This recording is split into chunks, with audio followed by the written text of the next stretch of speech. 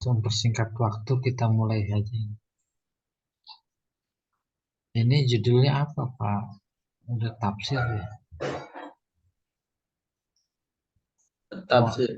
tafsir. Sebenarnya ya tafsir ini Oh iya. Mm-mm. Wa amanahum min khauf. Ayatnya bunyinya begitu. Aman artinya memberi rasa aman. Tadinya aminah. Aminah itu aman. Afa amina ahlul qura bayatan wahum naimun gitu. Apakah sudah merasa aman penduduk negeri kita maksudnya pada malam hari saat tidur? Tuh, ayatnya halus sekali ya, mengharukan, menyedihkan, mengkhawatirkan, dan Tuhan sayang mengingatkan. Lagi malam hari mau tidur saja harus berada dalam posisi aman. Sebab tak menutup kemungkinan kiamat datang gitu kurang lebih. Atau apa saja. Afa amina ahlul qura. Duhan pada waktu duha diingatkanlah. Wahum yal'abun. Bagi main juga. Nah itu rasa aman. Terus di pola mana? Pola af'ala. Maka hamzah ketemu hamzah dijadikan man. Amanah. Artinya berubah. Apa itu? Sesuatu yang membuat kita aman. Membuat sesuatu itu aman. Dari kata amanah, yuk minu, muncul iman. Jadi enak sekali. Iman berarti artinya sesuatu yang membuat kita aman.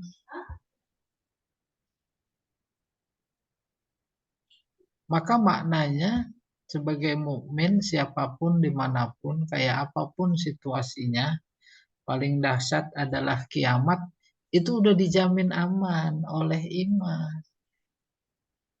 Nggak ada yang takut. Dahsyatnya kiamat digambarkan dalam surat juz 30 ini itu luar biasa. Tapi karena punya iman maka jadi aman. Pulang kampung bawa uang cukup aman. Surat-surat kendaraan lengkap aman. Muncul rasa aman. Ada antrian razia maka bisa dibedakan secara psikologis yang bawa surat-surat lengkap dengan yang tidak. Itu baru razia polisi di dunia. Bagaimana razia di akhirat padang mahsyar? Kita bawa SIM istilahnya iman. Dari mana itu iman? Diberi oleh Allah. Nah, di sini amanahum. Allah memberikan rasa aman kepada mereka Quraisy, suku Quraisy, min khauf, dari rasa takut. Perjalanan Syria dan Sam, perjalanan niaga, ancamannya luar biasa. Maka ada hubungannya li'ilafi ini sama ayat sebelumnya alam taro, al-fil. Cuma orang Quraisy yang diberikan rasa aman ketika melakukan perjalanan niaga, baik ke Yaman maupun ke Syria. Allah yang cerita. Wa amanahum min khauf. Ai wa tafaddala alaihim bil amni wal istiqrar. Artinya Allah melimpahkan tafaddala melimpahkan kepada mereka suku Quraisy. Apaan yang dilimpahkan? Rasa aman dan rasa tenang. Nah, sejatinya kondisi berbangsa kita juga orang beriman terus gantungkan rasa aman itu kepada Allah menghadapi kezaliman, kekhianatan, kebohongan, kecurangan. Udah gantungin aja sama Allah.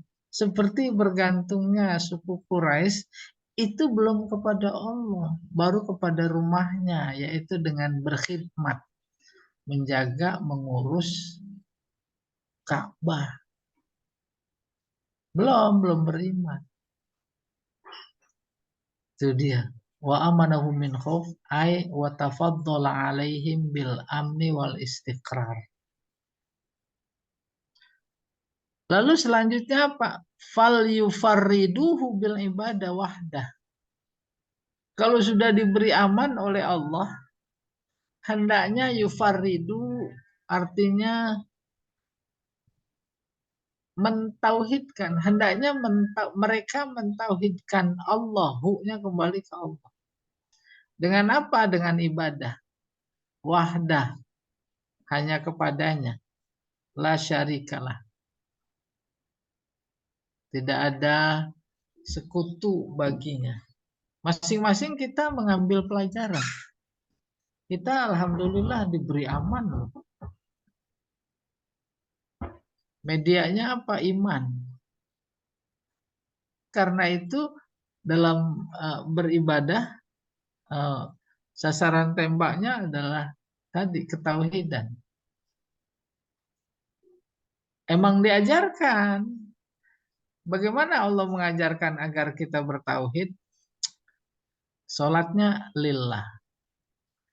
Puasa lillah. Haji lillah. Maka namanya ibadah bukan cuma sekedar sholat, zakat, haji, puasa, dan seterusnya. Tapi profesi adalah media ibadah. Maka profesi itu harus dilakukan dengan lillah. Itu yang dimaksud falyabudu robba hazal bait. Konteksnya dalam Quraisy, cerita Quraisy, ya jangan Ka'bahnya yang disembah, dihormati. Tapi yang punya Ka'bah, falyabudu robba hazal bait. Robba yang punya rumah ini.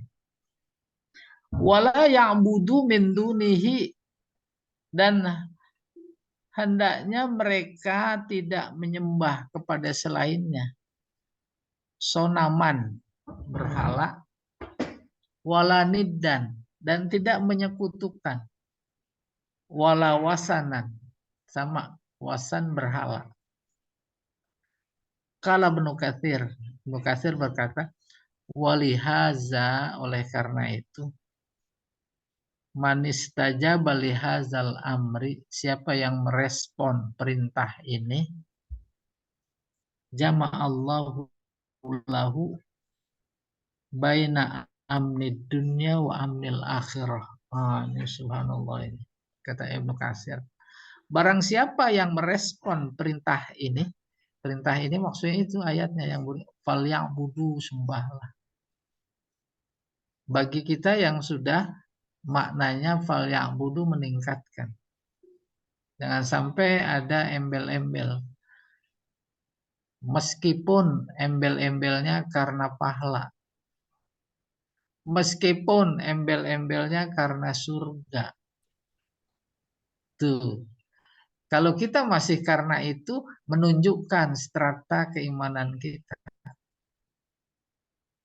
Diharapkan enggak karena pahala. Terserah, itu kan wilayah Allah, pahala emang bukan wilayah kita. Namun bukan berarti salah ketika ibadah berharap surga, bukan. Tapi menunjukkan strata keimanan kita. Nah, kalau sudah begitu, merespon perintahnya falyabudu secara keseluruhan dalam konteks kekinian. Apa katanya? Kata Ibnu Katsir, maka Allah akan menghimpun rasa aman di dunia dan di akhirat. Dunia akhirat. Waman asahu salabahu maminhu. Siapa yang mengkhianatinya, itu mengkhianati perintah tadi, fal yang butuh, maka salabahu Allah akan mencabut keduanya. Keduanya yaitu rasa aman di dunia dan di akhirat. Jadi uang itu, mereka yang luar biasa uangnya menjelang pemilu ini, karung-karung, ya, karung-karung itu. Apalagi yang tersangkut kasus sekarang ini. Subhanallah. Sama sekali tidak identik bahwa uang adalah modal rasa aman. Kama qala ta'ala daraballahu masalan qaryatan kanat aminatan mutmainnah. Seperti Allah memberikan perumpamaan. Qaryatan, satu kampung. Semuanya orangnya beriman. Soleh-solehah. Tenang. Ya'ti harizkuha ragadam min kulli makan. Terus rizkinya berdatangan. Rogodan dengan banyak, berlimpah. Dari segala penjuru. Dari pertaniannya, dari peternakannya, dari segala macam kekayaan alam. Ya, ternakan banyak, ada kambing, ada onta, belum lagi ada ikannya. Kita nggak usah berharap kayak begitu, cukup kembali berpikir dengan alam sekitar kita, apalagi di desa itu. Luar biasa, air mengalir, nggak pernah beli. Sawahnya subur, ladang, kebutuhan keseharian. Terus ikannya nggak ada hubungannya itu sama iman. Tenang, orang-orang desa jauh lebih tenang daripada orang kota. Itu kurang lebih. Fakafarat bi an umillah. Terus ingkar, nggak bersyukur, kufur dengan nikmat Allah. Fa'azaqahallahu libasal ju'. Kemudian Allah timpakan kepada mereka, pada kampung itu, Majaz Mursal alaqahnya mahali ya, kampung, bukan kampung yang ditimpakan orang-orang. Ditimpakan apa? Libasal ju'. Ini juga isti'arah ya. Pakaian kelaparan. Pakaian menutupi seluruh badan. Kayak begitu Allah menggambarkan kondisi kelaparan. Nggak ada yang nggak lapar. Seperti halnya baju menutupi semua badan. Nggak ada yang nggak tertutup. Tutup semuanya. Libasal ju. Plus wal khauf. Rasa takut. Nggak ada yang nggak memiliki rasa takut. Itu sunnatullah.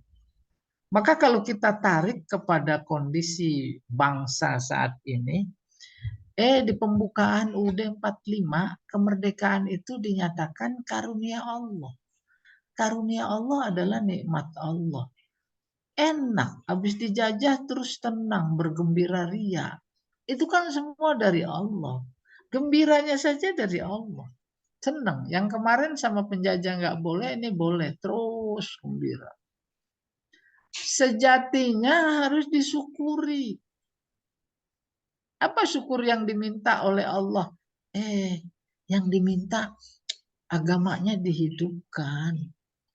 Segala kebijakan, aturan yang ada di negeri ini memang harus berlandaskan agama. Enggak, faktanya. Semakin enggak, semakin enggak, udah. Cabut nikmat itu. Mana dia yang sedang ditimpakan musibah kepada bangsa ini? Hidup di negeri ini mana ada yang nggak bayar? Kencing aja bayar.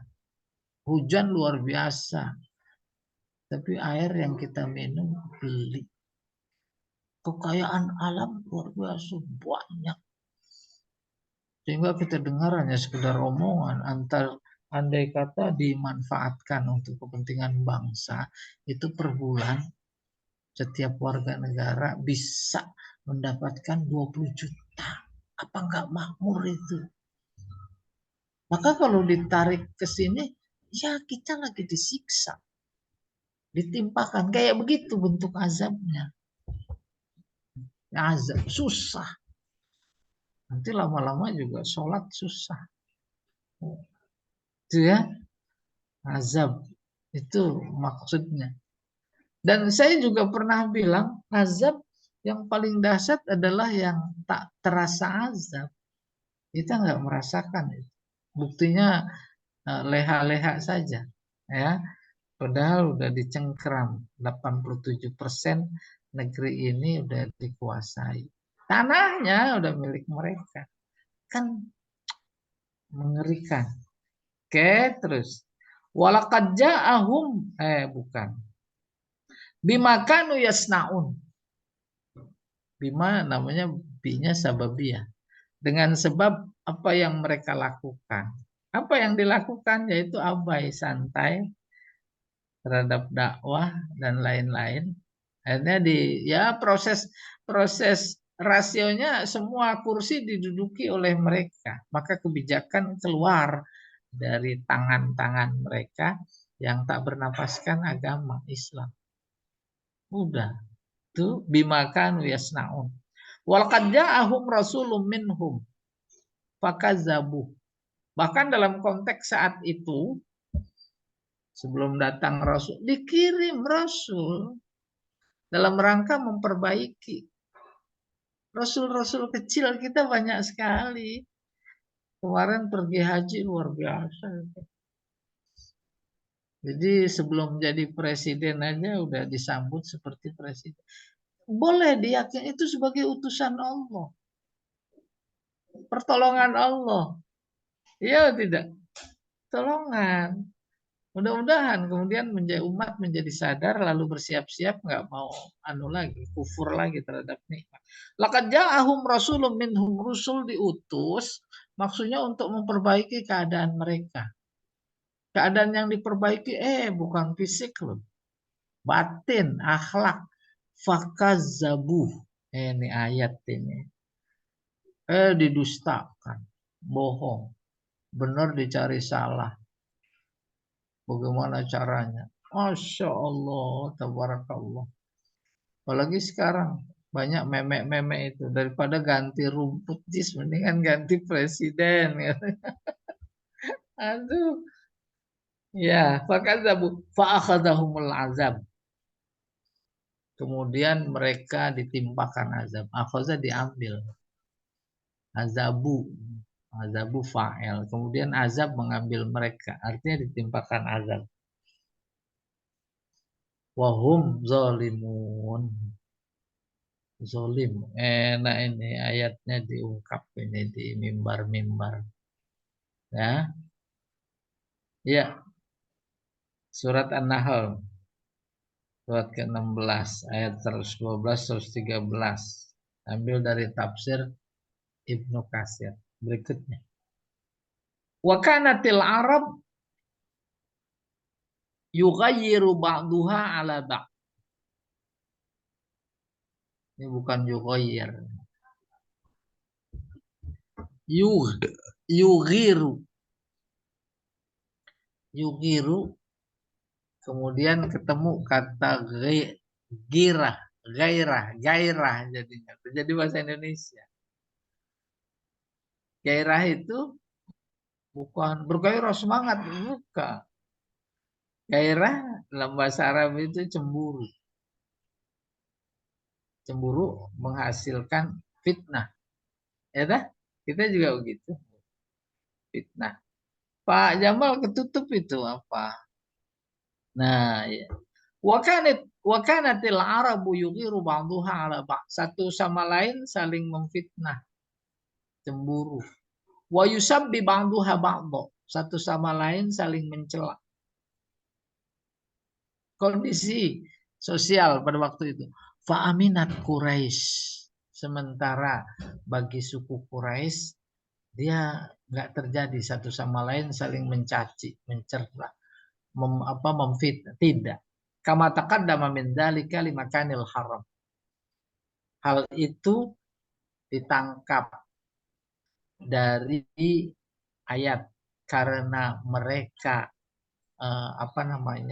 mengurus Ka'bah. Itu rasa senang perjalanan niaga saja. Dalam kehidupan keseharian antara mereka tak ditemukan pada suku Quraisy saling fitnah, saling mencela, tidak. Kama amanahu min khaufil habasyah, sebagaimana mereka juga mendapatkan rasa aman dari tentara Habasyah.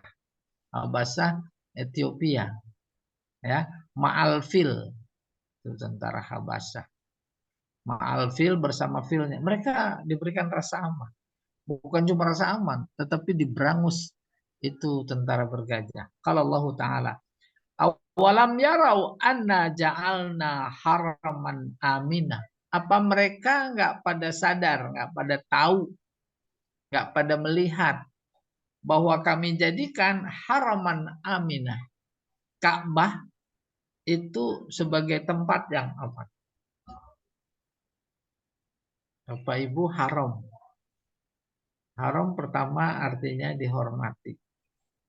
Masjid haram, masjid suci, maka dihormati. Babi haram, harus dihormati, yaitu jangan disentuh, apalagi dimakan. Itu kata haram. Oke. Maka haram yang berikutnya mengandung makna tempat. Haram Makki, tanah haram Mekah. Haram Madani, tanah haram Madinah. Ada batas-batasnya yang ditunjuk oleh malaikat sejak zaman Nabi Ibrahim. Dan sekarang juga diberi, udah dulu mah cuma patok batasnya itu, batas tanah haram. Kalau sekarang udah tugu, kokoh. Maka ketemu ayat ini, awalam yarau anna ja'alna haraman amina wa yatakhattafun nas min haulihim. Apakah mereka tidak tahu, tidak melihat bahwa kami jadikan ja'alna, maksudnya yang enggak disebut buat mereka, haraman amina, menjadi tempat yang aman. Wa yatakhattafun nas min haulihim, sementara orang selain Quraisy, selain mereka itu annas, yatakhattaf satu sama lain saling menyambar. Pada mulanya min haulihim, orang sekitar. Orang sekitar maksudnya selain Quraisy. Satu sama lain saling bermusuhan. Satu sama lain saling memfitnah. Saling sengketa. Nah, ini dikandung oleh ayat yang sedang dibahas bahwa Allah menyatakan wa amanahum min khauf. At'amahum min ju'. Amanahum min khauf. Itu nikmat Allah. Jadi bukan cuma sekedar cerita terkait dengan suku Quraisy dan keadaan aman yang Allah berikan kepada mereka. Itu sunnahnya.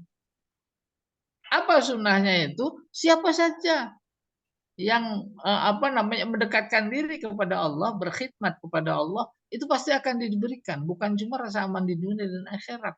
Lalu dengan kita sebagai bangsa, itu subhanallah.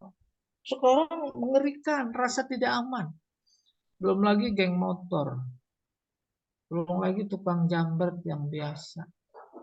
Belum lagi tawuran. Tuh.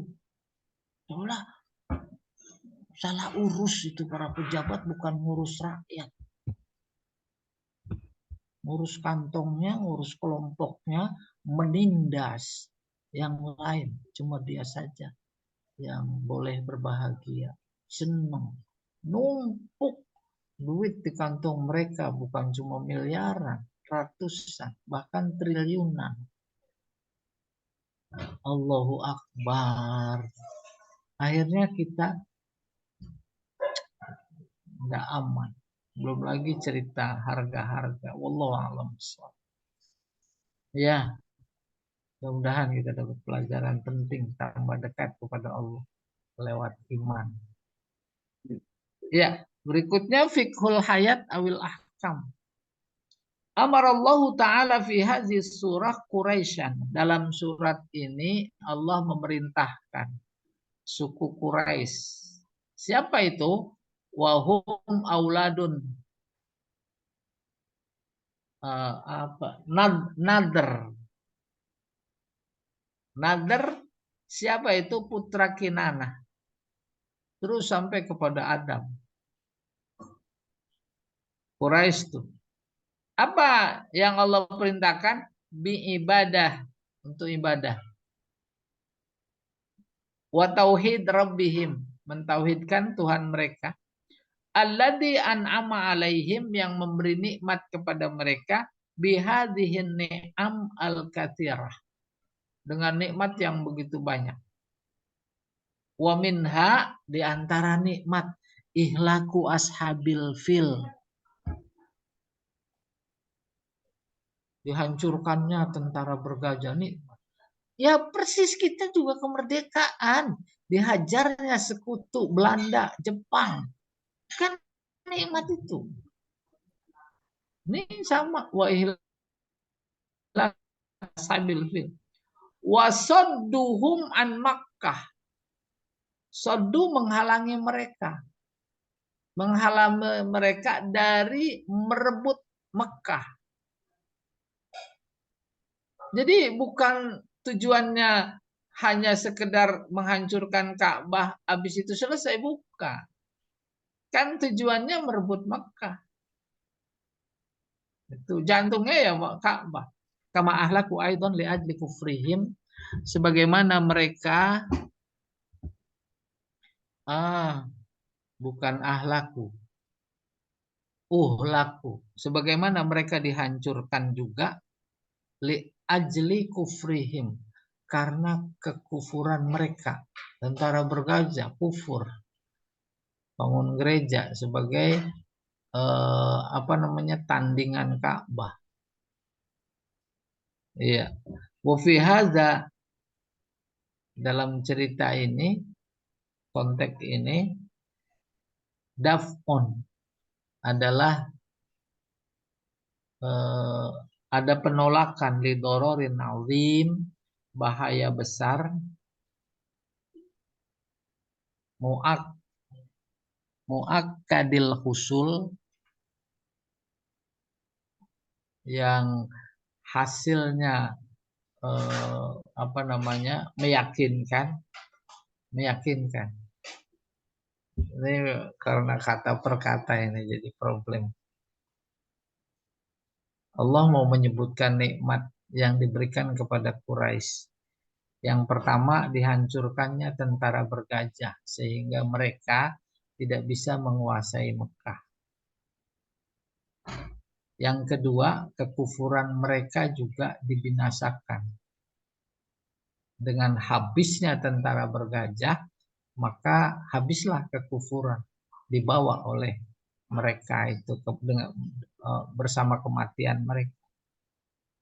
Wa fi hadza, dalam konteks ini, maka nikmat berikutnya ditangkap, pesan daf'ud doror. Allah melawan, mempertahankan, menolak bahaya besar yang hasilnya meyakinkan. Artinya, boleh bayangkan kalau tentara bergajah dibiarkan berangus Ka'bah, bahaya besar apa? Besar bahaya. Tapi ternyata dihancurkan dan hasilnya meyakinkan. Laula inayatullah wa himayat, semua itu nggak mungkin terjadi. Kemenangan itu, nikmat itu, kalau tanpa laula perhatian Allah dan penjagaannya, pemeliharaan. Wa taufir aidan lil amni wassalamah. Semua itu maka menjadi terpenuhi taufir, rasa aman, keselamatan, ketenangan, bijuaril baitil haram, dengan bertetangga dengan Ka'bah, Baitul Haram, Ka'bah Al-Musyarrafah. Itu dia ya isinya, agar kita bisa memberikan pelajaran bagi kita yang sederhana. Alhamdulillah tadi sarapan. Siapa yang nolong? Allah. Kalau enggak lapar. Bahaya enggak lapar? Bahaya. Enggak bisa beraktivitas. Nanti siang insya Allah bisa lagi. Sore bisa lagi. Maka dalam konteks ilustrasi gambaran individu kita seperti itu dalam keseharian, munculkan ayatnya ya Quraisy yang berbunyi fal ya'budu rabba hadzal bait.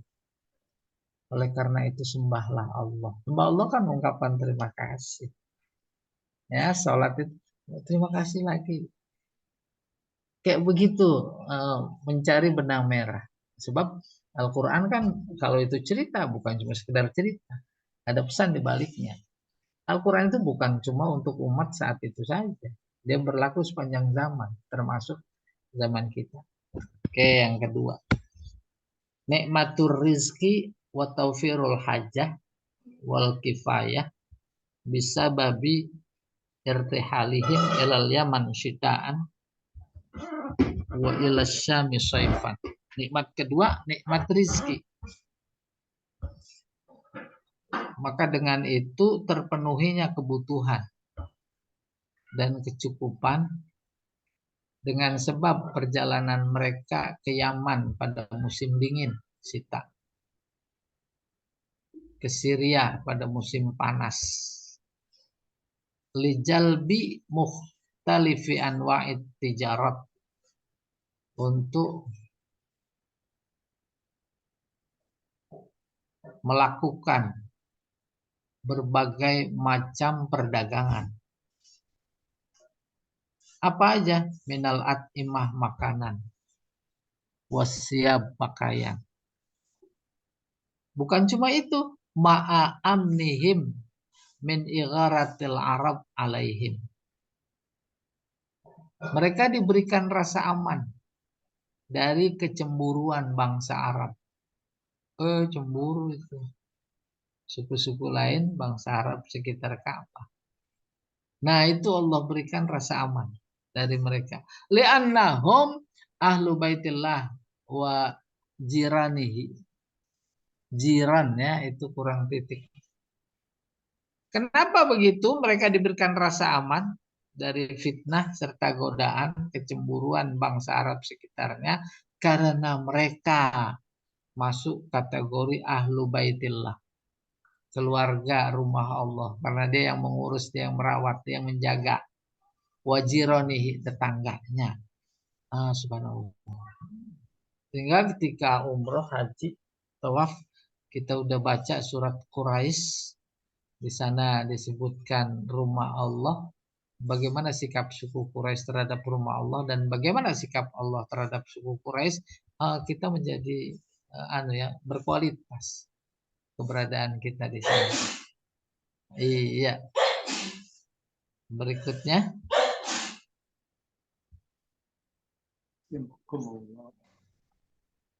Yang ketiga nih isinya. Nikmatul amni minal makhawif. Diberikan kepada mereka nikmatnya rasa aman dari rasa takut. Bapak Ibu, Muhammad Abduh dalam tafsirnya ketika menjelaskan azab pada ayat yang berbunyi surat Al-Baqarah walahum adzabun azim. Kata dia azab itu ada dua. Pertama azab dunia. Kedua azab akhirat. Azab dunia itu bisa ditepis dengan ilmu. Azab akhirat nggak bisa ditepis pakai ilmu. Ditepisnya pakai iman. Nah, oleh karena itu jangan dicampur aduk lalu salah berpikir. Mana dia azab dunia? Kemiskinan, keterbatasan, kelaparan, azab itu. Boleh bandingkan fenomena sosial yang ada. Mereka yang berilmu, oh ya, sejatinya berkecukupan karena ilmunya. Tapi yang tak berilmu itu berhari-hari nongkrong di atas becaknya, nunggu penumpang. Bahkan bukan cuma nyaris, emang benar-benar lapangan kerja mereka sebagai tukang becak karena keterbatasan ilmu hapus. Kan udah tambah dahsyat lagi. Lihat mereka yang berilmu umpamanya. Nah, dia bisa melepaskan diri dari azab itu. Lalu azab akhirat iman. Maka yang ingin disampaikan, jangan pula pernah berpikir terdetik dalam pikiran begini. Kita sholat, kita zakat, kita puasa. Zakat enggak, sholat. Ibadah baik lagi. Tapi rezeki susah. Sementara sebelah sholat enggak, kafir lagi. Rezeki dalam tanda petik. Oh hebat, dia punya kendaraan, rumah mewah, makan semaunya apa adanya. Bisa bertamasya jalan-jalan. Kafir enggak. Enggak ada hubungannya. Salah beranggapan bahwa sholat puasa mendatangkan rezeki. Salah. Mendatangkan rezeki kan usaha. Itu sunatullah. Ya betul. Nah, Allah dalam rangka menginformasikan kepada kita bahwa musyrikin Mekah, Quraisy itu diberi nikmat hanya sekedar menjaga rumahnya. Oke, kita teruskan. Sawaun fi dakhili Makkah, nikmat aman dari rasa takut baik di dalam Mekah itu sendiri, haitsu ja'alallahu lahu Makkah, di mana Allah menjadikan Mekah baladan aminan. Tuh. La uqsimu bihadzal balad wa anta hillum bihadzal balad. Jadi aman. Wa yatakhattafun nasu min haulihim, sementara masyarakat sekitar satu sama lain saling bertikai. Au fi kharijiha, bisa jadi rasa aman yang Allah berikan kepada Quraisy di samping di dalam kota Makkah maupun di luar, au fi kharijiha. Indama yatanakkaluna litijara wal kasab, yaitu ketika mereka melakukan perjalanan dagang dan usaha, aman aja. Gak berani itu penyamun begal yang kayak apapun ketika melihat mengenal ini kafilah Quraisy, mundur mereka. Mundurnya karena Allah, bukan jago-jago berantem, bukan. Mereka apalagi Yaman termasuk Syria juga, kan mereka satu apa itu? Satu apa sih namanya? Kekuasaan Nasrani. Quraisy dijaga oleh Allah. Yang keempat, nikmatu wujudil bait al-haram awil Ka'bah al-musyarrafah mahal ta'zim wa taqdis minal Arab. Nikmat keberadaan Ka'bah atau Mekah. Jadi Mekah itu sendiri udah nikmat. Keberadaan Mekah pada mereka. Lalu ditambah keberadaan Ka'bah di Mekah menjadi tambah nikmat. Ya, kenapa? Mahallat ta'zim wa taktis. Sebab tempat itu Mekah bersama Ka'bahnya sebagai tempat yang sangat dihormati dan disucikan di kalangan bangsa Arab. Itu kan peninggalan nenek moyang mereka, yaitu Nabi Ibrahim. Nabi Ibrahim taruh Ismail. Kemudian Nabi Ismail kan berketurunan. Dan sejak itu memang dihormati gitu. Wa asasu majdihim wa izzihim. Mekah, Ka'bah itu merupakan basic majdihim, kemuliaan. Izzihim, kegagahan. Ya, kebanggaan. Fa innahum syarrafu bil bait ala sairil Arab. Kenapa? Karena mereka memuliakan Ka'bah ketimbang bangsa Arab yang lain. Yang lain mah cuek aja, nggak menghormati. Ya, fadzakarahumullahu bihadzin nikmah. Maka Allah menyebut nikmat ini dalam surat Quraisy. Wal khulasah inna ni'amallahi alaihim la tuhsa. Kesimpulannya, nikmat Allah kepada mereka tak terhitung.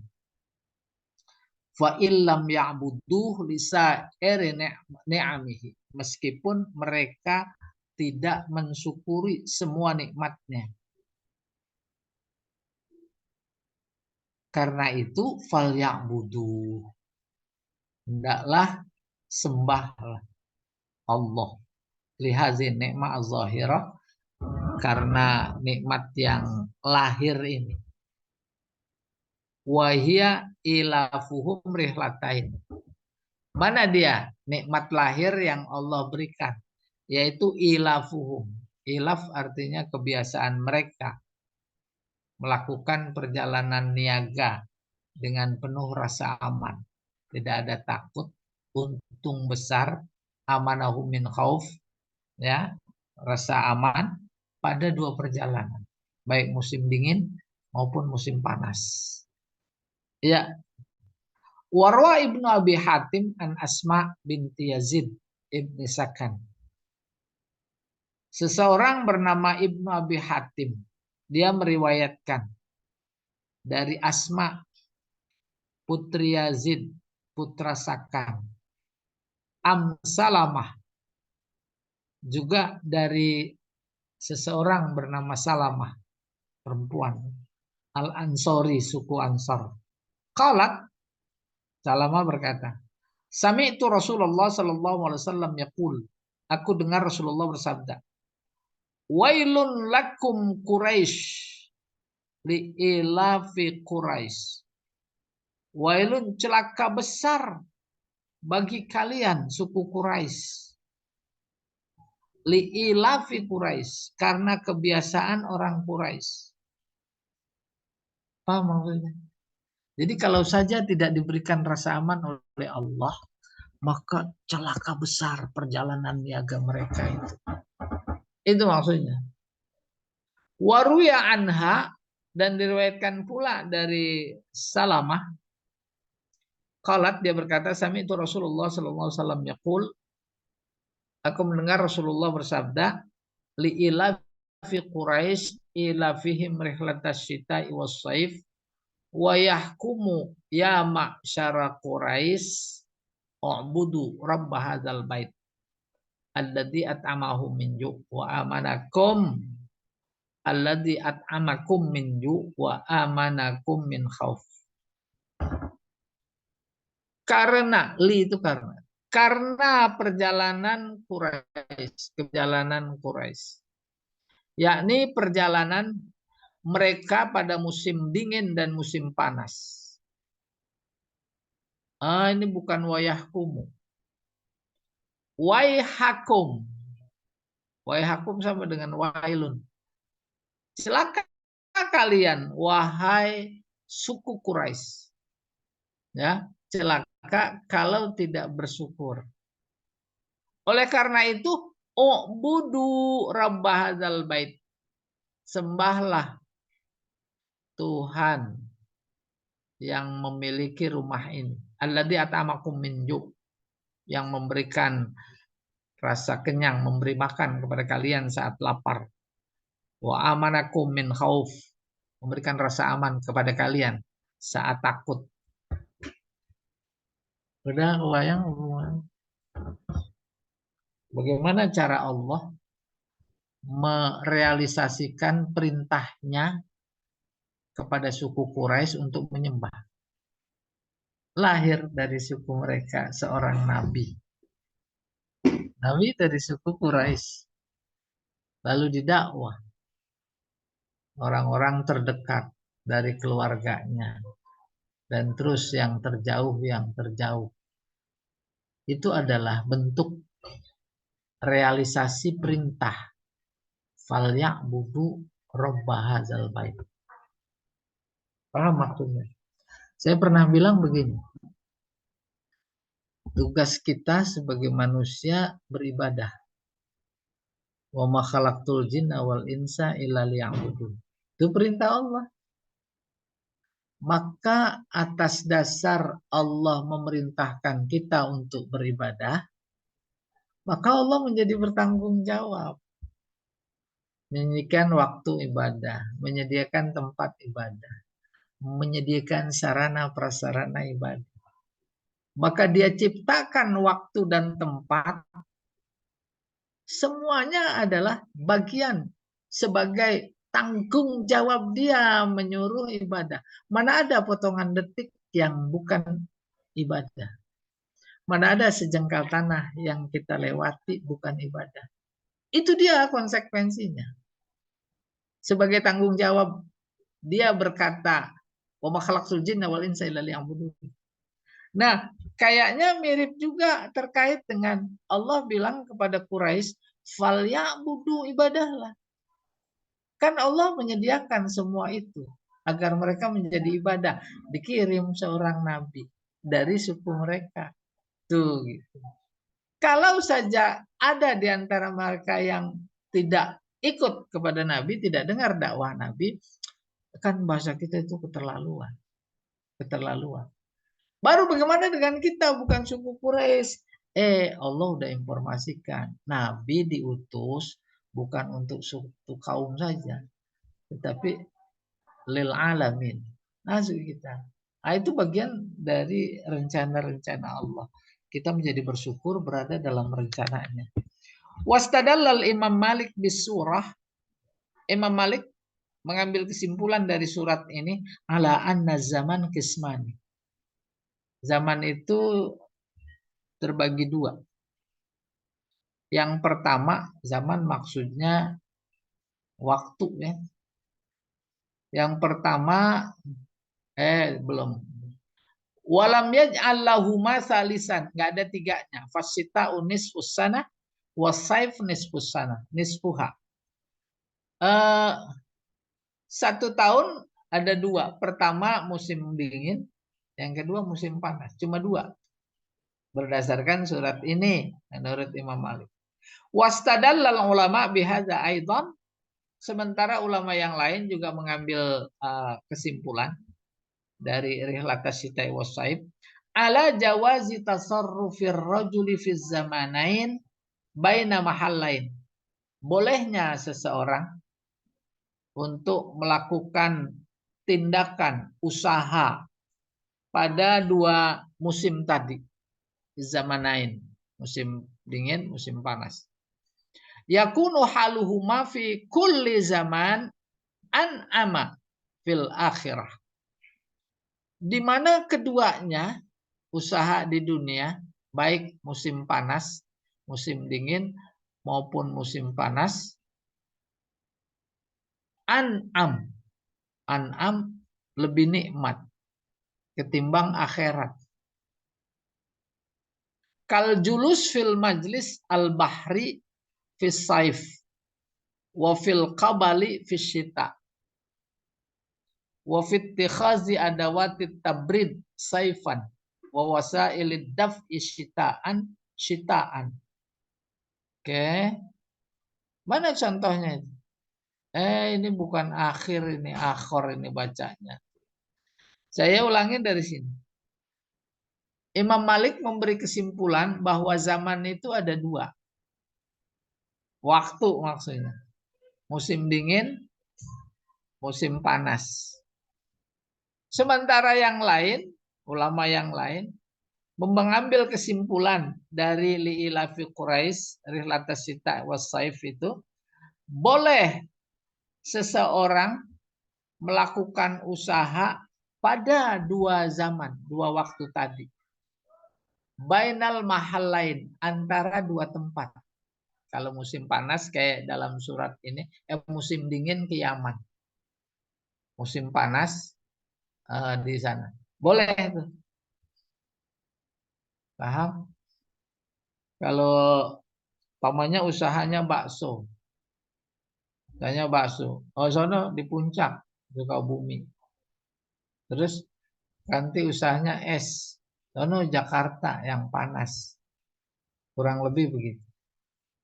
Tapi dalam apa namanya nuansa pikiran yang lebih luas. Terus yakunu haluhuma fi kulli zaman an'amu minal akhar.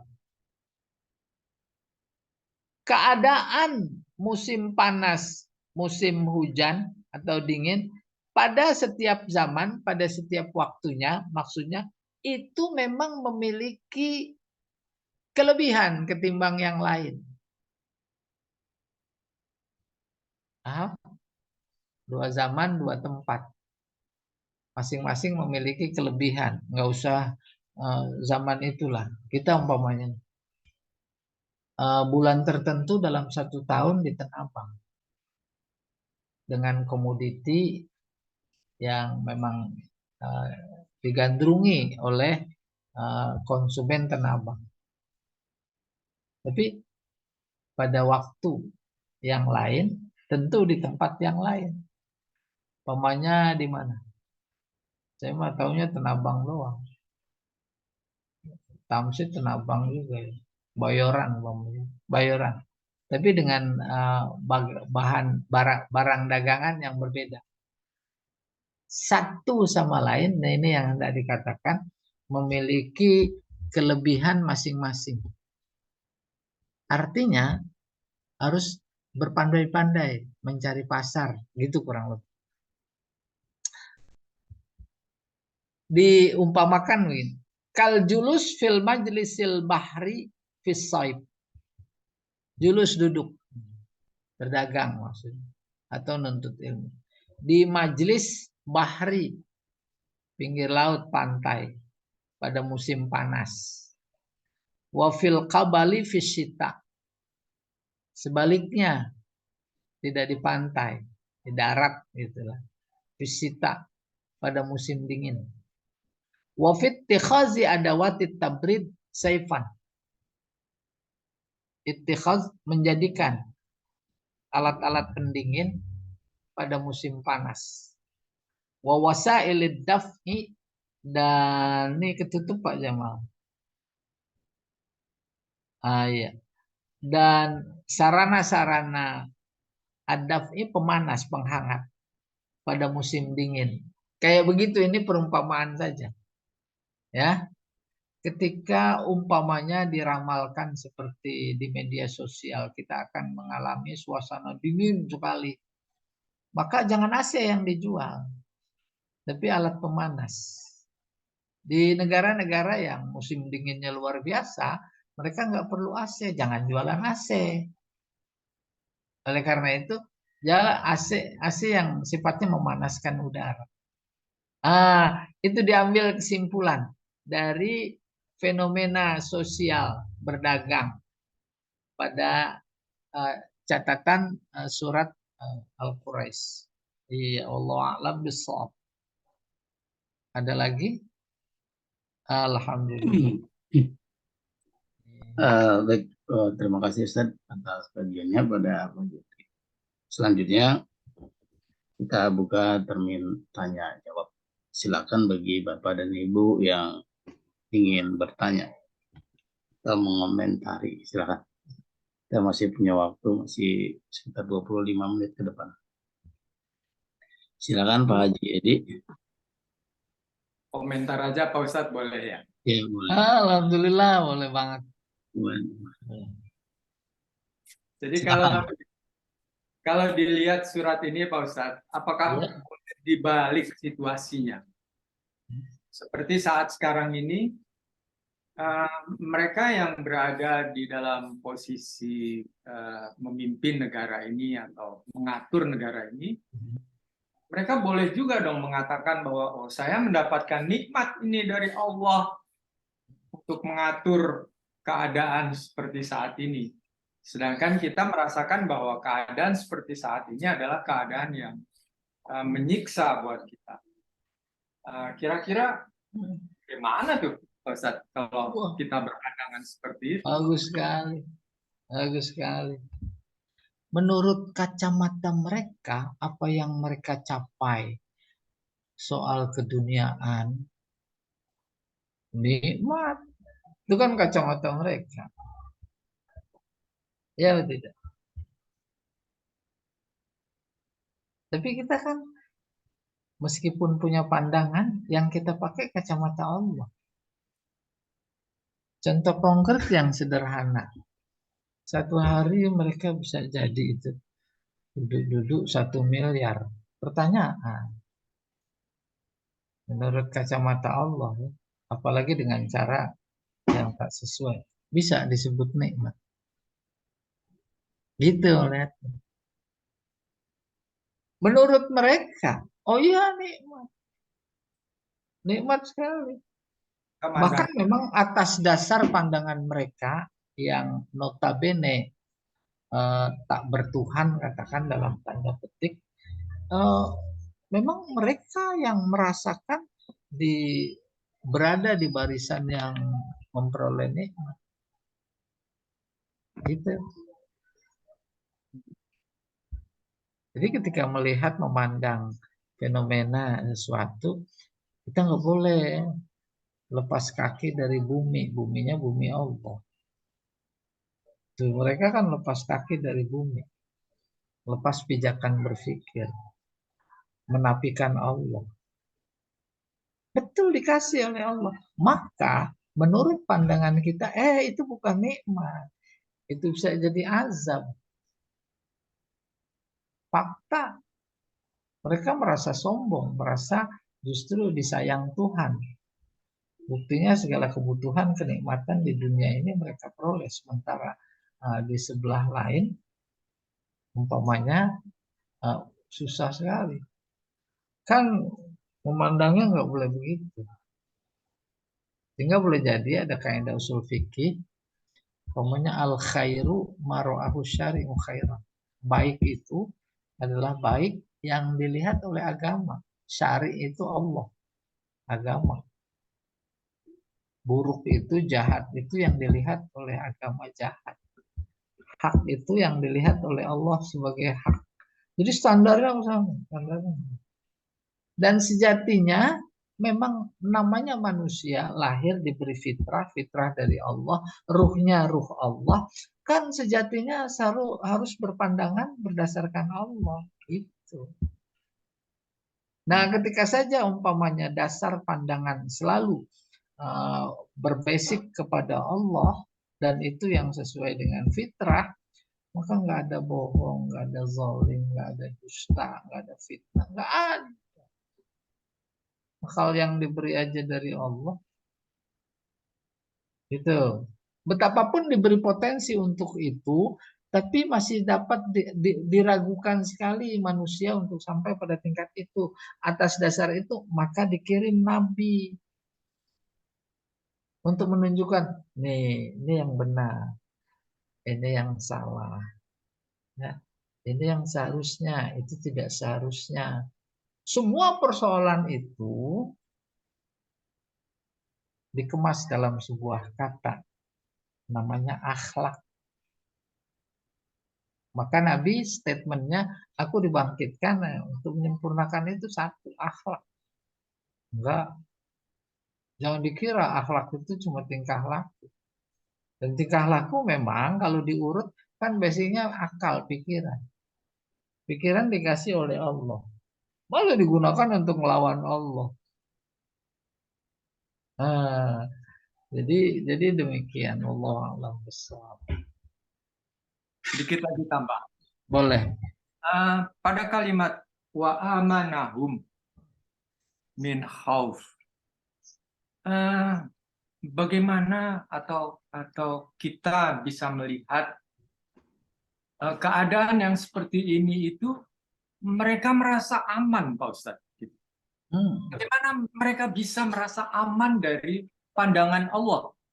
Sedangkan kan kita punya basicnya dalam perhitungan kita bahwa harus berpijak kepada bagaimana Allah melihat gitu, atau pada aturan Allah. Sedangkan mereka berbuat sesuatu yang tidak dalam aturan Allah. Tapi mereka mendapatkan tuh wa amanahum min khaufnya. Itu gimana tuh Pak Ustadz melihatnya? Ini si A beriman, soleh. Si B kafir. Oke. Sama, diberi dunia yang sama. Kaya, pinter. Sama kan menurut kita. Menurut Allah, pertama cara memperolehnya nggak mungkin sama. Orang beriman cara memperolehnya beda dengan orang-orang yang tak beriman cara memperoleh. Kedua, mensyukurinya juga sama. Kalau yang beriman menjadi motivasi untuk bersyukur. Kalau yang tak beriman menjadi motivasi untuk bersombong. Kan beda. Mereka terus semakin kaya, mengembangkan usaha, menguasai, kan bukan dalam rangka bersyukur. Dalam rangka sombong, serakah. Kalau perlu orang lain nggak boleh. Jadi beda. Sementara kalau orang yang beriman soleh, sadar ini dari Allah. Harus kembali kepada Allah. Terus menambahnya sujud. Kalau yang tak beriman, tuh tambah congkak, tambah sombong, tambah menjadi-jadi. Oleh karena itu kesimpulannya, dia sebenarnya sedang diazab. Dia sedang mengkredit azabnya. Tambah. Kan beda. Ya, nggak sama. Dalam konteks ilmu saja. Ilmu orang-orang soleh untuk mengabdi kepada Allah. Ilmu orang-orang yang kafir, tak iman kepada Allah, kan untuk minterin orang.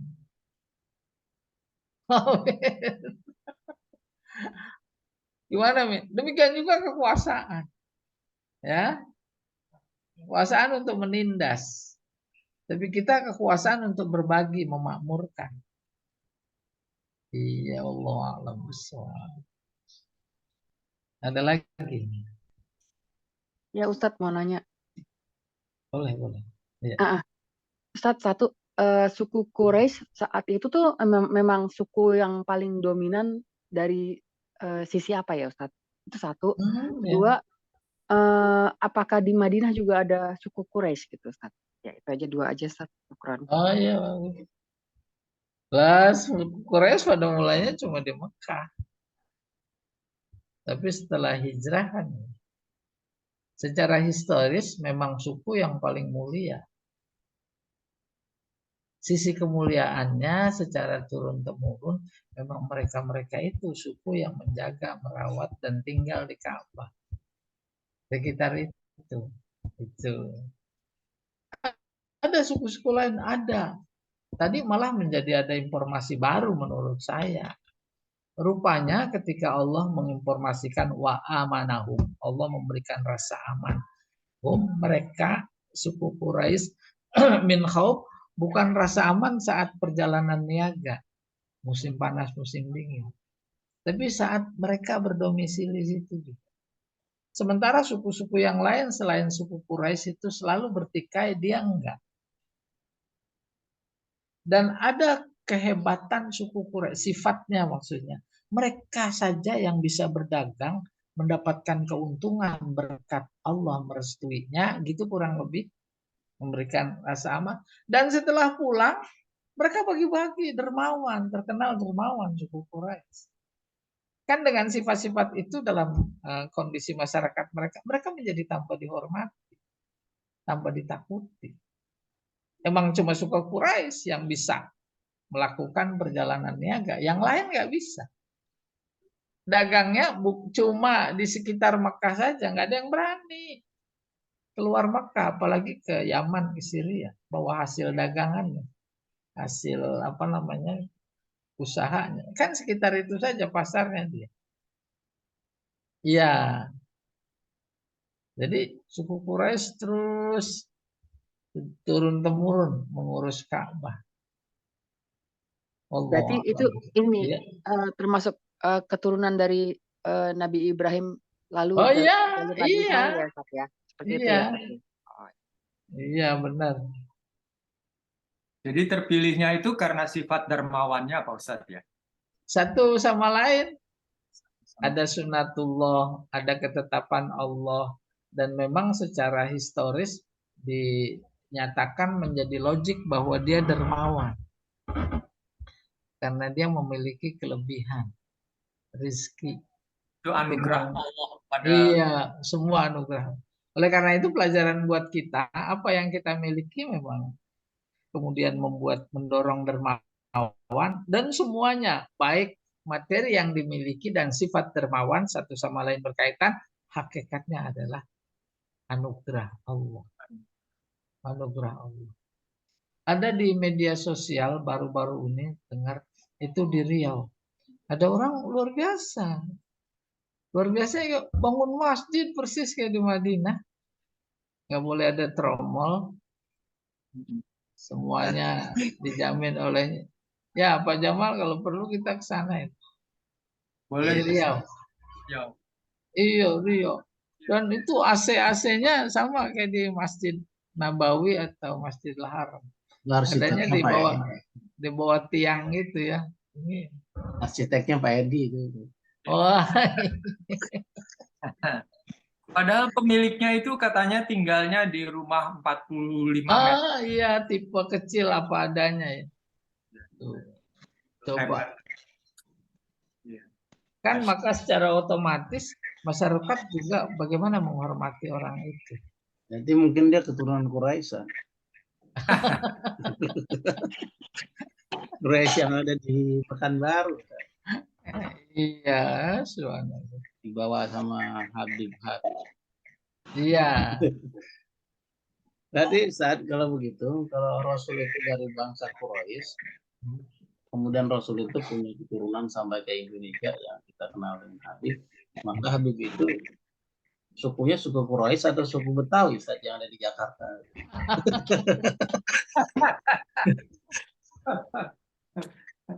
Nah, fenomena seperti itu sudah disadari betul oleh Nabi sejak beliau mau wafat, meninggalkan. Fenomena apa? Bangga dengan suku, bangga dengan kulit, bangga dengan keturunan. Maka pada khutbah wadaknya, Nabi menyatakan hal itu. Kullukum min Adam wa Adam min turab. La fadla li arabi ala ajami wala li abyad ala ahmara. Baru inna akramakum indallahi atqakum. Seolah udah diketahui betul. Baik yang sebelumnya di zaman sebelum Islam maupun sesudahnya dan sampai akhir zaman. Banyak orang yang berbangga-bangga. Bukan soal berbangganya kepada suku keturunan yang nggak boleh. Tetapi kebanggaan itu mengalahkan kebanggaan terhadap ajaran yang dibawa. Maka mereka yang paham, dia disebut Habib, dia jaga betul. Ya, jaga betul rambutnya, jangan sampai keribo umpamanya. Ya dah? Kan ada gimana jaga rambut supaya jangan kribo. Masya Allah. Iya,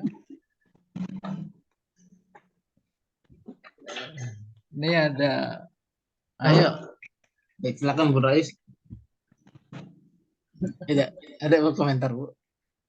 Itu Ustadz, Ya, yang kita beribadah semua nggak boleh disangkut pautkan dengan dapatnya surga dan pahala dan surga gitu kan. Nah terus sedangkan kita ada doa yang Allahumma inna nas'aluka ridhoka wal jannah. Terus yang harus kita lakukan itu apa gitu. sudah. Nah iya, suruh berdoa apa setiap kita langkah ya udah terserah Allah gitu. Iya. Jadi kemarin itu kita peroleh pada saat sampai surat Al-Bayyinah. Cerita tentang ikhlas. Ya. Tinggi suratannya. Wa ma umiru illa liya'budullaha mukhlisin. Tuh benar-benar. Ibarat emas 24 karat. Nggak boleh. Nggak boleh ada campurannya. Jangan dicampur sama Mas Jamal. Nih nggak benar. Harus Mas Edi. Maksudnya. Apa maksudnya? Maksudnya capaian tertinggi ibadah adalah ikhlas, maka disimpulkan jangan berharap pahala, jangan berharap surga, apalagi takut sama neraka. Bukan takut kepada Allah. Contoh monumentalnya yaitu Robiah Adawiyah, bukan berarti yang lain enggak. Itu yang monumental. Ya Allah, nggak apa-apa aku masuk neraka. Yang penting kau ridho. Nah kan bagus menjadi cita-cita orang beriman ke sana. Ya semuanya. Bukan nggak boleh, bukan. Tapi kalau kita masih pada karena pahala, karena ingin surga, takut neraka, itu kan sekaligus memaknai, menafsirkan strata model kita. Ya. Akhirnya nanti juga sampai udah terserah, saya mah ngasih aja. Saya mah sedekah aja, nggak mengharapkan pahala. Tuh ikhlasnya luar biasa. Kita sebenarnya udah sampai ke situ. Pokoknya dalam konteks sedekah. Kalau sedekahnya cuma 2.000, itu ikhlas banget.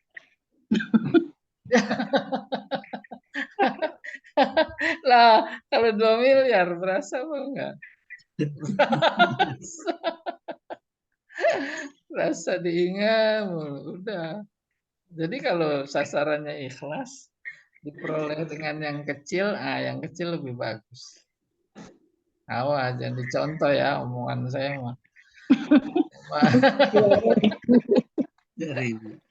Saya mah suka ngelantur aja. Ya. 2.000 nggak bisa beli sate Marangi, Pak Ustadz. Iya, Masya Allah. Bisa Pak tusukannya. 2.000 ada perkaliannya Pak. 2.000 kali 2.000. Ya. Enggak, Pak Jamal uangnya mau dipotong mau BI sekarang. 1.000 tuh 03 dibuang. Kertasnya semakin kecil, Ustaz. Iya, makin pendek. Saya Pak Jamal jadi terpaksa harus beli dompet lagi. Iya. Orang dompet saya panjang. Ini waduh, nggak enak, malu sama dompet.